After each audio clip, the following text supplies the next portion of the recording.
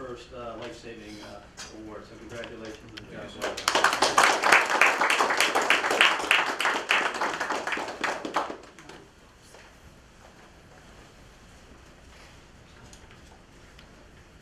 okay, our next recipient will be senior telecommunicator Billy O'Connor. You stand up, Billy.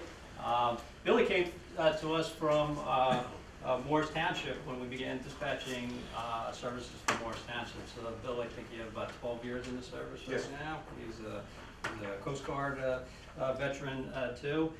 It's interesting, we're predicting a major snowstorm tonight, but this incident happened at our last major snowstorm. It was the blizzard of 2016. Senior public safety telecommunicator O'Connor received an emergency 911 call at 11:45 from a man who was reporting that his wife was in the final stages of labor. There was a lot of snow that night, right? And you know, no fault of the first responders, but they couldn't travel quite as fast as they usually do in a major snowstorm like that.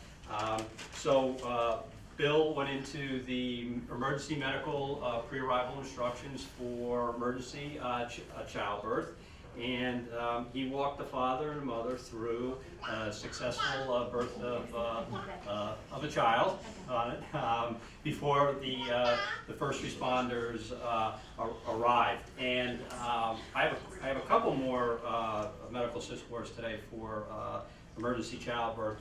But the incredible skill and poise that it takes to talk a father and a mother who's in labor on the phone and give through childbirth and you know, give the the reassurance. And I always say it's a lot more difficult for these folks as first responders to do everything over the phone, and the amazing communication skills that they need to communicate to somebody in a panic state, to try to get them to calm down, follow instructions so that we can help them before the first responders. You know, I always felt as a first responder, if I'm there and I can assess the situation, I physically see what's going on, I can intervene. But these folks have to do it all through communications over phone. Great job, Bill, and you're being issued the Medical Assistance Award.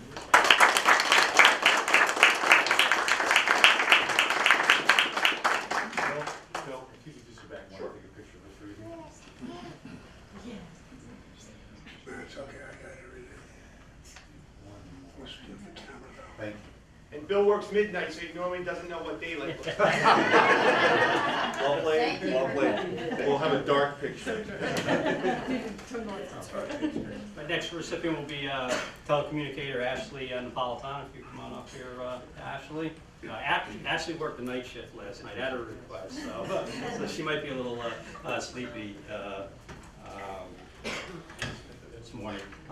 This also occurred, this emergency childbirth occurred on January 5th of this year. Ashley received a call at 9:45 a.m. from another husband and father reporting that his wife was in labor and about to give imminent birth.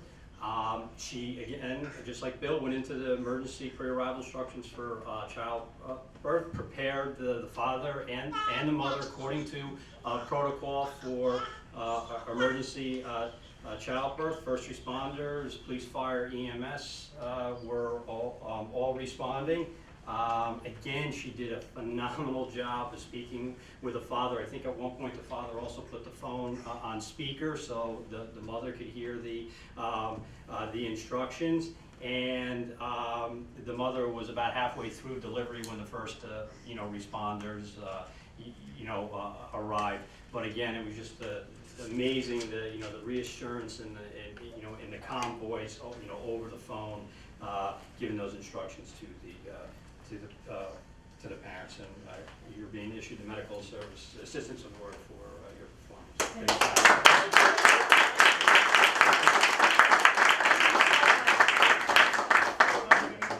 And while they're taking a picture, if I could just make a commentary, is if you listen to on Ashley's call, she's walking through speakerphone to the mom on delivering, and while she's doing that, the firefighters arrive that are EMTs. But the mom had so much confidence in what Ashley was doing, you can hear the mom saying on the phone, wait, are these guys going to know what they're doing? That's great. Okay, our next recipient is Kirk Keyes. Come on up here, Kirk. Kirk's been with us a couple of years. He's got lifelong service in first responder. He's fire chief in Roxbury. We're having a pretty good year on baby deliveries. On January 30th, Kurt received a call at 10:02 p.m. again from father, husband, and his wife was really in the final stages of delivery. Through his questioning, he learned that the wife, the mother, needed to be in a better position to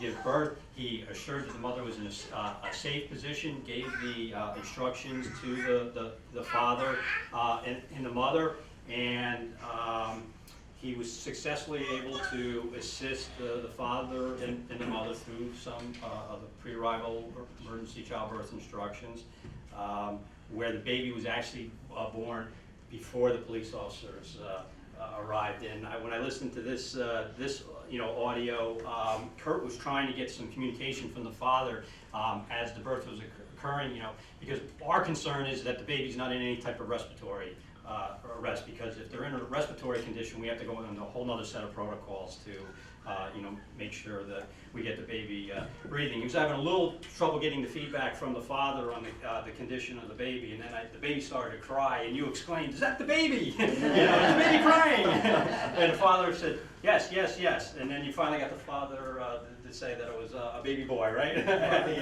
He thought, right? He thought. But he didn't do any more questioning. He just said congratulations.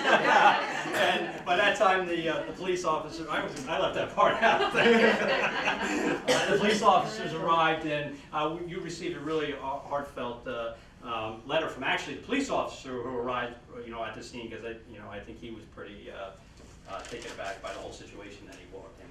And you did a great job. Again, the control, the emotional control that our people have to go through, was just amazing. So you're being issued.